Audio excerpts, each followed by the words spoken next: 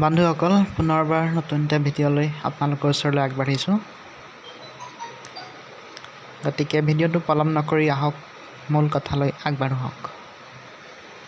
এই ভিডিঅ'টোত আমি আলোচনা কৰিম ভাৰত চৰকাৰৰ ফালৰ পৰা ওলোৱা 4টা বৃহৎ সংখ্যক যি নিযুক্তি, বিশেষকৈ জানুৱাৰী মাহত ওলোৱা যি নিযুক্তি, যি প্ৰক্ৰিয়া চলি আছে নিযুক্তি চাকৰিৰ কাৰণে, সেই বিষয়ে আমি অলপ আলোচনা কৰিম। আহক। ফৰ্ম ফিল আপ কৰিবলৈ কি অৰ্হতা লাগে, ইয়াৰ আৰম্ভণি ডেট কেতিয়া, ফৰ্ম ফিল আপ কেতিয়াৰ পৰা ষ্টাৰ্ট হ'ব, ফৰ্ম ফিল আপৰ লাষ্ট ডেট কেতিয়া, আমাক শিক্ষাগত অৰ্হতা কি লাগে, আৰু প্ৰত্যেকে এপ্লাই কৰিব পাৰিবনে, কিমান নিযুক্তি পোষ্ট আছে, এজ লিমিট কিমান, আৰু কিমান ফি আমি দিব লাগিব ফৰ্ম ফিল আপ কৰোঁতে, সেই বিষয়ে অলপমান আলোচনা কৰোঁ। আহক।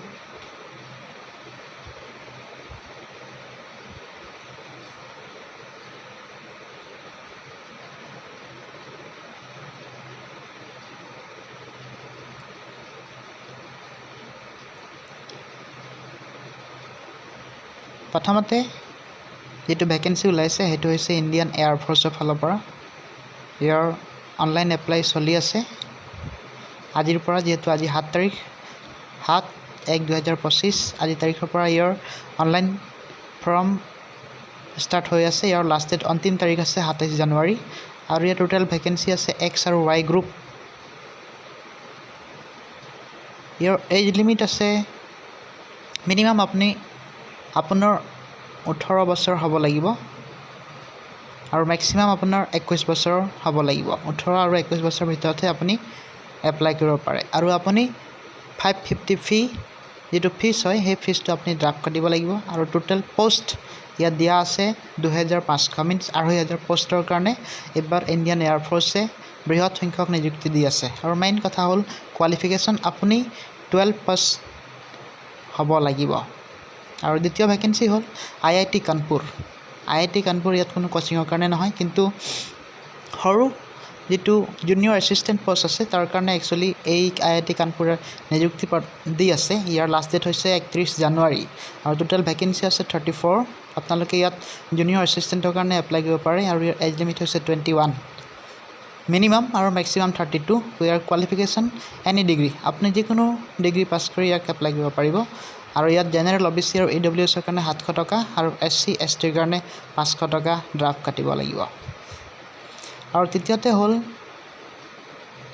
State bank of India. হয়তো আপুনি জানে, যিটো বৰ্তমান SBI ক্লাৰ্কৰ যিটো ভেকেঞ্চি চলি আছে, আৰু ইয়াৰ লাষ্ট ডেট আছে জানুৱাৰী 7 তাৰিখ। বৃহৎ সংখ্যক নিযুক্তি দি আছে এইবাৰ, 14,191টা পোষ্ট, আৰু ইয়াত এজ লিমিট আছে মিনিমাম আপুনি 20 বছৰ হ'ব লাগিব, আৰু কোৱালিফিকেশ্যন আছে যিকোনো ডিগ্ৰী। আপোনাৰ ওচৰত যদি BA BCom BSc যিকোনো ডিগ্ৰী আছে তেতিয়াহ'লে এই ষ্টেট বেংক অফ ইণ্ডিয়াৰ যিটো ক্লাৰ্ক পোষ্ট সেইটো কাৰণে এপ্লাই কৰিব পাৰে, আৰু ইয়াৰ লাষ্ট ডেট হৈছে জানুৱাৰী 7 তাৰিখ।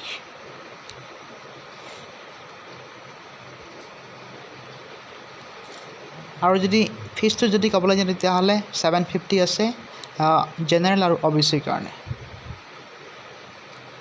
আৰু 4 নম্বৰটো হৈছে যিটো ৰেলৱে বৃহৎ সংখ্যক নিযুক্তি এবাৰ দিবলৈ গৈ আছে, সেইটো হৈছে RRB গ্ৰুপ D ভেকেঞ্চি। আৰু ইয়াৰ ফৰ্ম ফিল আপৰ ডেট আৰম্ভ হ'ব 23 জানুৱাৰী 2025, আৰু ইয়াৰ লাষ্ট ডেট হ'ব 22 ফেব্ৰুৱাৰী 2025।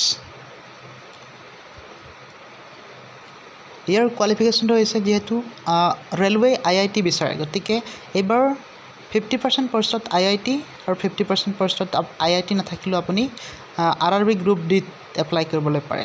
আৰু ইয়াৰ এজ লিমিট হৈছে 18 বছৰ ওপৰ হ'ব লাগিব, 18 বছৰৰ পৰা 36 বছৰলৈকে আপুনি হ'ব লাগিব।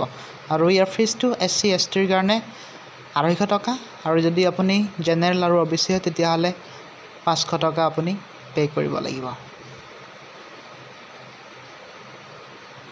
ধন্যবাদ আমাৰ চেনেলটো ভিজিট কৰাৰ কাৰণে। যদি ভিডিঅ'টো ভাল লাগে তেতিয়াহ'লে please like share and subscribe কৰি দিব।